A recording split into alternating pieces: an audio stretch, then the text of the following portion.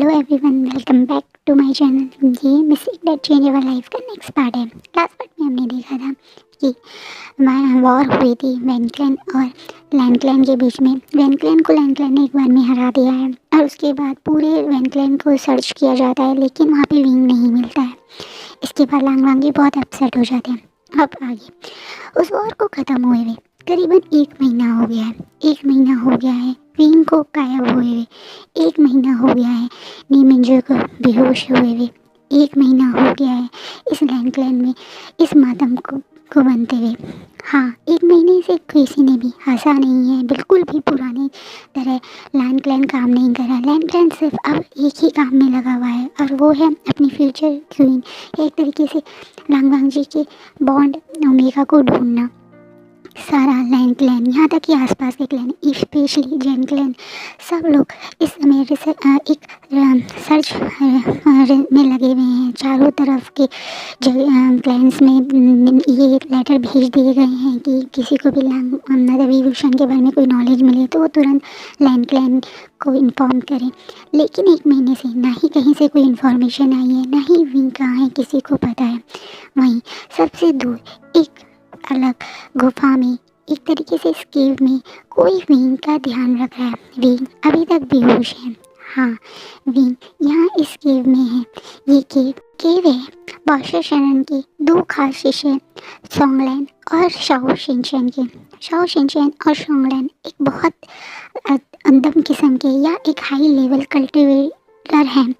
वो अधिकतर इधर उधर घूम के लोगों की हेल्प करते हैं, लेकिन वो किसी भी क्लैन के साथ या किसी भी क्लैन के अंडर में नहीं रहते। वो सबसे अलग यहाँ बादशाह शरण के पास इस केव में रहते हैं।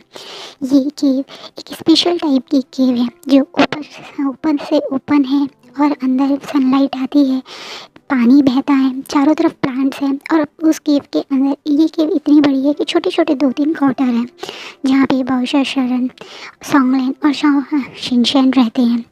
ये दोनों एक बॉन्डेड मतलब अल्फा और ओमेगा हैं। आज से करीबन 1 महीने पहले ये इसी तरह से एक टूर के लिए या घूमने निकले थे। तभी इन्हें एक रिवर के पास एक कम 18 साल का कम उम्र का ओमेगा बेहोश मिलता है। वो दौड़े दौड़े जाते हैं तो वो देखते उसे पहचान जाते हैं, क्योंकि ये बादशाह शरण का ग्रैंड सन था विभूषण। तुरंत सोंगलैन बोलता है ये तो विभूषण है। हाँ, ये दोनों विभूषण को अच्छे से जानते हैं और उसका कारण है बादशाह शरण। बादशाह शरण भी विभूषण से को जानती है, वो बीच बीच में उससे मिलने भी जाती थी, तो ये लोग भी विभूषण को जानते हैं।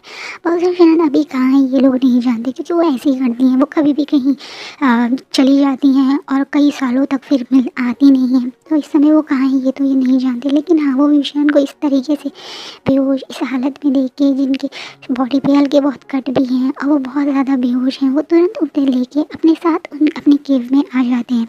आज करीबन 1 महीने बाद विभूषण अपनी आँखें खोल रहा है और जैसे ही वो अपनी आँखें खोल रहा है तुरंत शाओ शिनचैन पहले ज़ोर ज़ोर से चीख के सोंगलैन को बुलाते हैं और फिर विभूषण के पास बैठ के दोनों हाथों से उसके हाथ लेके उसे बैठाने की कोशिश करते हैं। विभूषण पहले थोड़ा सा आँख खोलता है, आसपास देखता है और समझ जाता है कि वो कहाँ है। वो सोंगलैन और शाओ शिनचैन को भी पहचानता था, तो वो जानता है कि ये दोनों कौन है। वो तुरंत बोलता है अंकल आप लोग। तुरंत सोंगलैन आगे प्यार से उसके सर पे विंग कैसे हो? हमें तुम बहुत बुरी हालत में लैंड की रिवर के पास में मिले थे, हम तुम्हें यहाँ ले आए।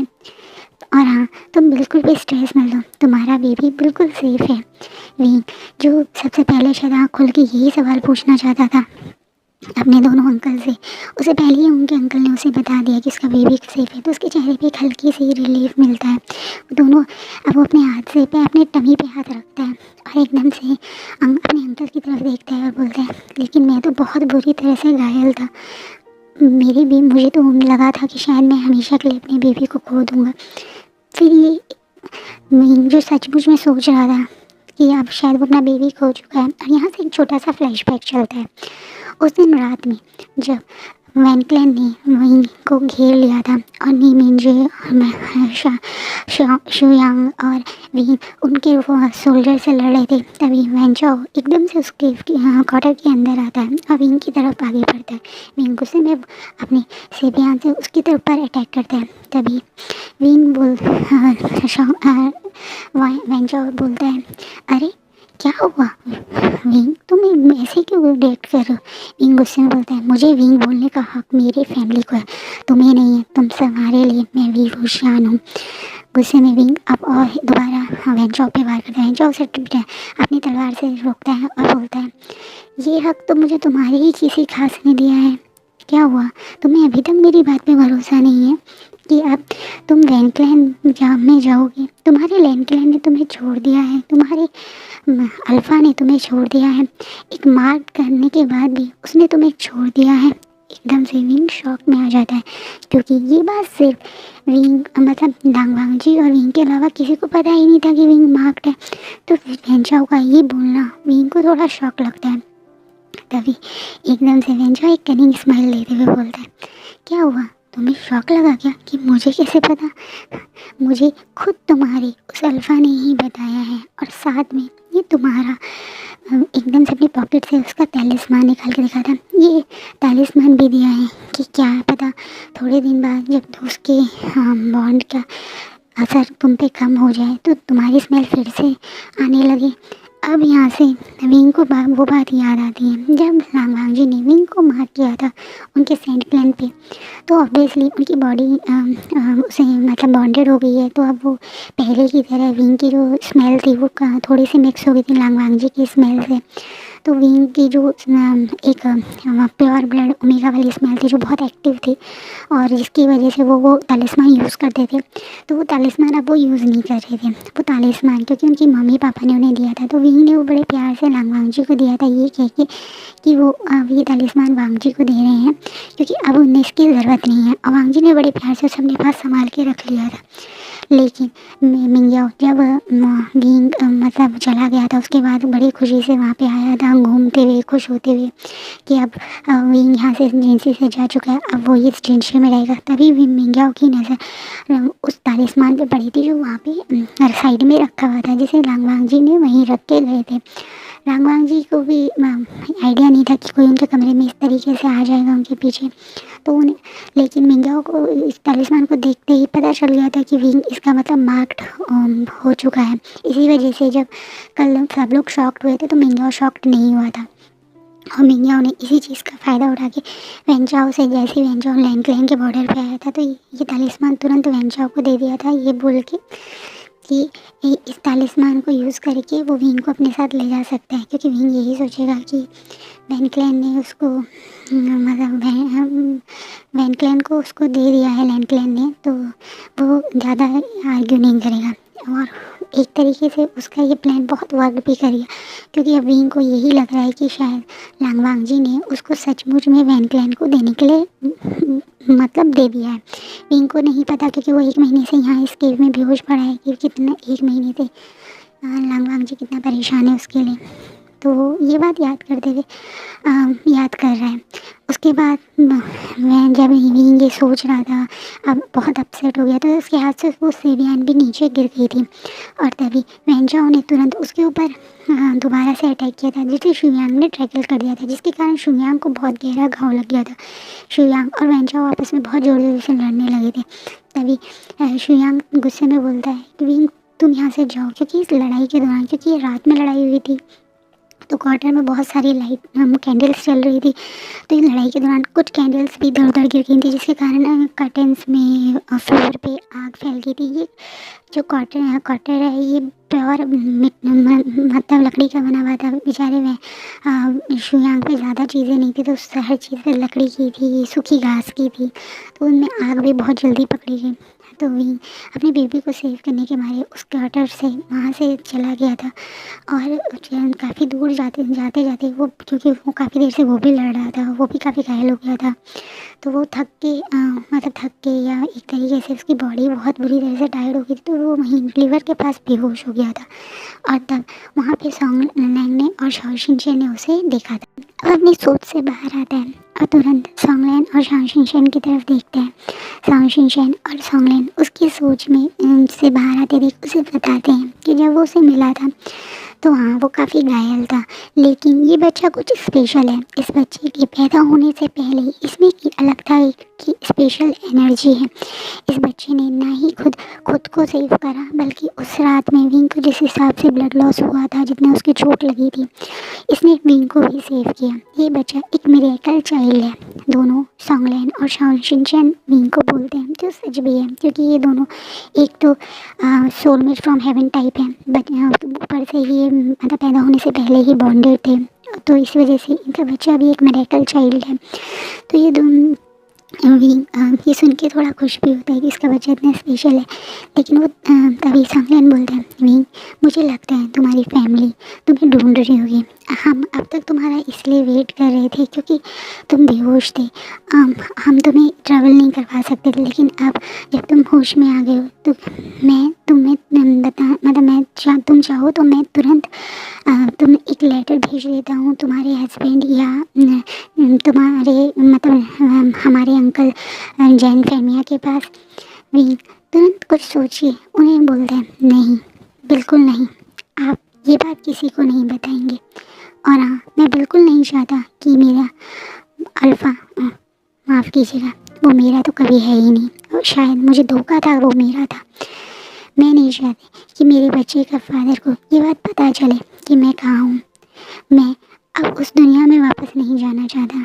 मैं दिल खोल के मन से सिर्फ एक बार भरोसा किया था, प्यार किया था, और उसके बदले मुझे क्या मिला?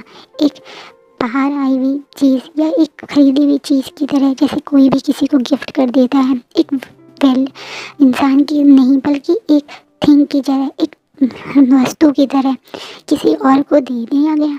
नहीं, अब मैं कभी भी उस दुनिया में वापस नहीं जाना चाहता जहाँ लोग इतने ज़्यादा मतलबी हैं, इतने झूठे हैं। मैं और मेरा बच्चा यहीं रहेंगे आपके और ग्रैंड मदर के पास में। विंग जो सचमुच में मन से बहुत टूट गया है, क्योंकि उसे सचमुच में लग रहा है कि लंजा ने उसको मतलब अपने से दूर कर दिया। उसने वो एक बार भी विंग की कोई सफाई नहीं सुनी और ग्रैंड की बातों में आ गया, या क्या होगा वो नहीं जानता, पर वो बहुत अपसेट है। और विंग के पास अभी भी उसके हाथ में वो मतलब उसके बाकी सामानों में वो उसके मदर फादर का दिया हुआ एक तरीके से भी है, तो उसे पता है कि जो उसके साथ हुआ है, अब वो उस चीज़ के बारे में सोच रहा है, तो बहुत ज़्यादा अपसेट है वो। तो वहीं सॉन्गलैन और शाओ शिनचैन जब देखते हैं कि विंग ये बात सोच के कितना अपसेट हो रहा है, तो वो भी ज़्यादा इस चीज़ को खींचते नहीं है। वैसे भी वो लोग भी यहाँ पे छुप के रहते हैं, सबसे अलग रहते हैं। उसका रीज़न ये है कि ये एक बहुत बड़े कल्टिवेटर हैं, इन्होंने बहुत सारे घोस्ट और बहुत नेगेटिव लोगों से लड़ाइयाँ करी हैं, तो इन्हें डर भी रहता है कि कोई इनके ऊपर अटैक ना कर दे, इनके घर के ऊपर अटैक ना कर दे। शाओलिन और शाओ शिनचैन की एक छोटी सी बेटी भी है जिसका नाम आशिन है। आशिन भी यहीं पर रहती है, छोटी सी है, अभी वो सिर्फ 10 साल की है। विंग को उसके साथ टाइम स्पेंड करना अच्छा लगता है। इन 2-3 दिन में जब से विंग को होश आया है, विंग अधिकतर आचिन के साथ ही खेलता रहता है। आचिन भी विंग को बहुत प्यार करती है, उसके पास रहती है। ये लोग यहाँ अपनी इस गुफा में सबसे अलग खुश हैं, अलग हैं। वहीं दूसरी तरफ लांग वांग जी ने पिछले 1 महीने से खाना पीना वो सब कुछ गुम हो गया। वो दिन रात बस विंग को ढूंढता रहता है। वो सुबह उठता है, नहाता है और अपने सिपाही के साथ निकल जाता है विंग को जंगलों में, अलग अलग क्लैन में ढूंढने। अब करीबन मतलब इस पूरी साइकिल को 3 महीने हो गए हैं। 3 महीने हो गए हैं विंग को लांग वांग जी को विंग को इस तरीके से पागलों की तरह ढूंढते हुए। वहीं अब लान शिनचैन भी मतलब थोड़ा सा परेशान हो रहे हैं अपने भाई की इस हालत को देख के। वो परेशान तो नी मिंजू के लेके भी हैं, क्योंकि मिंजू भी अभी तक होश में नहीं आए हुए हैं। लेकिन अब वो जानते हैं कि अगर लांग वांग जी इसी तरह से ऐसे ही रहेगा तो वो कितने बड़े डिप्रेशन में जा सकते हैं। और वो एक किंग है, इस किंगडम का किंग है, तो वो आज लांग वांग जी के पास आए हैं उससे इस बारे में बात करने। लांग वांग जी अपने ब्रदर को देख के थोड़ा खुश भी होता है, और पर वो एक जो पहले खुश होता था वो खुशी तो उसकी लाइफ से अब जा ही चुकी है। एकदम से लांग वांग जी के पास बैठते हैं और बोलते हैं, वांग जी मैं जानता हूँ तुम बहुत परेशान हो, बहुत दुखी हो। मैं जानता हूँ तुम्हारी दुनिया, तुम्हारा विंग तुम्हारे पास नहीं है, तो तुम्हें इस चीज़ का दुख भी है। और तुम ये भी नहीं जानते तुम्हारा विंग इस समय कहाँ पर है। ऊपर से वो एक प्रेग्नेंट था, तो तुम्हें अपने बच्चे को लेके भी बहुत ज़्यादा टेंशन है। लेकिन अगर तुम इसी तरह से बिना कुछ खाए पिए दिन रात ऐसे ही घूमते रहोगे तो तुम अपनी सेहत को ख़राब कर लोगे। मुझे यकीन है हमारा विंग जहाँ भी है वो ठीक होगा। अगर वो परेशान होता तो तुम्हें क्या लगता है तुम्हारा ये दिल, तुम्हारा ये बॉन्ड कनेक्शन तुम्हें बताता नहीं। मांग जी वो खुद इस चीज़ को फील करता है कि हाँ उसे वो बॉन्डेड हैं तो एक दूसरे की फीलिंग्स भी समझ सकते हैं, तो उसे अभी इतना कोई दुख या पेन वाली फील हो नहीं रही है। वैसे उसे पेन वाली फील और दुख वाली फील भी जो हो रही है तो वो उसकी भी है। तो वो क्योंकि वो इतना ज़्यादा दुख में है विंग को लेके, उसे ये भी नहीं पता कि खुशी पेन कौन सी वाली फीलिंग उसे कब हो रही है, तो वो ज़्यादा कुछ रिएक्ट नहीं कर रहा है। फिर कुरैन बोलते हैं कि देखो मैं सॉरी सिचैन बोलते हैं, देखो मैं जानता हूँ अपने ओमेगा से दूर होना या उसे उसके मतलब इस हालत में वो कहाँ है नहीं पता होना तुम्हारे लिए बहुत पेनफुल है। लेकिन अब तुम उसके सपने इस किंगडम के लिए थोड़ा सीरियस हो। तुम्हें याद है जब विंग यहाँ पे था कितना तुम्हें मदद करता था इस किंगडम को अच्छे से रूल करने के लिए। ऊपर से 3 महीने से वैन क्लैन के लोगों का भी बुरा हाल है। उनकी किंग को तो तुमने मार दिया, लेकिन उस क्लैन को कोई संभाल नहीं रहा है। आसपास के क्लैन उनके ऊपर अत्याचार कर रहे हैं, वहाँ से ओमेगास को ले जा रहे हैं, उनकी फसलों को बर्बाद कर रहे हैं, उनके ऊपर अत्याचार कर रहे हैं। क्या तुम चाहते हो कि आम इंसान इसी तरह से परेशान हो? लान शिचैन कोशिश कर रहे हैं कि वांग जी का ध्यान थोड़ा सा उसकी प्रजा की तरफ लगाए। वांग जी भी थोड़ा सा इस चीज़ को महसूस करते हैं कि हाँ वो इतना ज़्यादा विंग को लेके परेशान था कि उसका ध्यान तो इस तरफ गया ही नहीं कि वैन क्लैन के लोगों के साथ आसपास के क्लैंस कितना गलत कर रहे हैं, उसे लूट रहे हैं, उनके साथ बदतमीज़ी कर रहे हैं, और वो भी उसके किंगडम में। तो वो तुरंत इस चीज़ को लेके थोड़ा सीरियस होता है और शिचैन की बातों से सीरियस होकर बोलते हैं ठीक है ब्रदर आप कह रहे हैं तो अब मैं खुद विंग को ढूंढने नहीं जाऊंगा। मैं किंगडम और लोगों का दिन अपनी प्रजा के लिए सोचूंगा, लेकिन आप मुझसे वादा कीजिए कि आप हमारे सिपाहियों के साथ विंग को सर्च करते रहेंगे। शिचैन जो अच्छे से जानता है कि हाँ उसका भाई सचमुच में विंग को लेके सीरियस है, वो उससे कहता है ठीक है मैं तुमसे वादा कर रहा हूँ मैं एक स्पेशल टीम बनाऊँगा जिसे आज से मैं रोज़ सुबह शाम खुद कोऑर्डिनेट करा करूँगा, उसके लीडर से मिला करूँगा जो स्पेशली सिर्फ विंग को ढूंढने का ही काम करेगी। ये बात सुनने के बाद वांग जी भी थोड़ा सा रिलैक्स तो वो बेचारा क्या ही हुआ, बट हाँ ये है कि वो थोड़ा सा अपनी प्रजा के लिए सोचने के बारे में सोचता है। और आज का फैन फिक्शन हम यहीं रोकें। तो गाइस आपको क्या लगता है विंग वांग जी के लिए जो सोच रहा है उसकी वजह से क्या वो कभी वांग जी के सामने नहीं आएगा या क्या होगा? उसके लिए आपको मेरा नेक्स्ट पार्ट देखना पड़ेगा। Thank you for watching.